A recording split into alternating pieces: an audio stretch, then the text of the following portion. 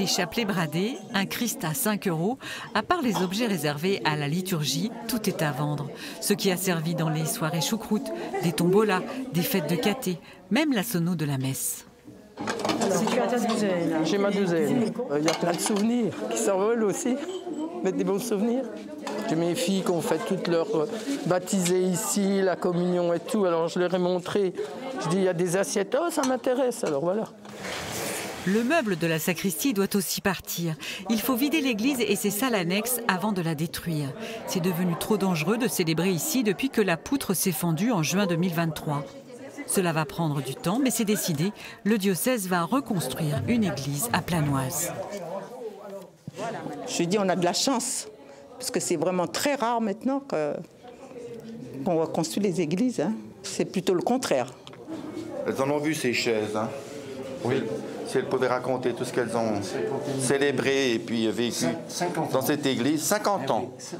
50 ans de présence. Ben voilà. J'étais là quand ça a été inauguré. J'avais 17 ans.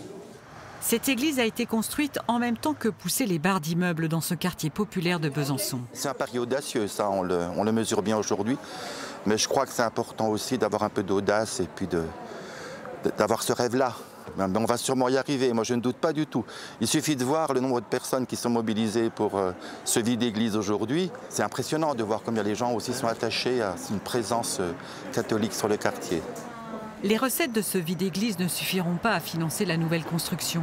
Le diocèse compte sur une souscription et le mécénat pour y parvenir. Nous, on se dit qu'il va y avoir quand même des gens qui vont donner de l'argent pour une église qui se construit dans un quartier en plus qui est en pleine rénovation. Planoise fait partie d'un vaste plan national de réhabilitation. 180 millions d'euros sont prévus pour les habitations et l'espace public. Les abords de l'église en font partie. On est sur un quartier qui est multiculturel et le fait d'avoir une église, on a également à d'autres endroits des mosquées sur ce quartier. Pour nous, c'est vraiment important. Ça montre qu'on peut vivre ensemble sur ce quartier je vais dire l'urbanisme est vraiment qu'un point d'accroche entre les différents éléments pour que les gens puissent se rencontrer sur des espaces communs. Les travaux dans le quartier vont durer jusqu'en 2029. D'ici là, la nouvelle église de Planoise se sera, elle aussi, réinventée.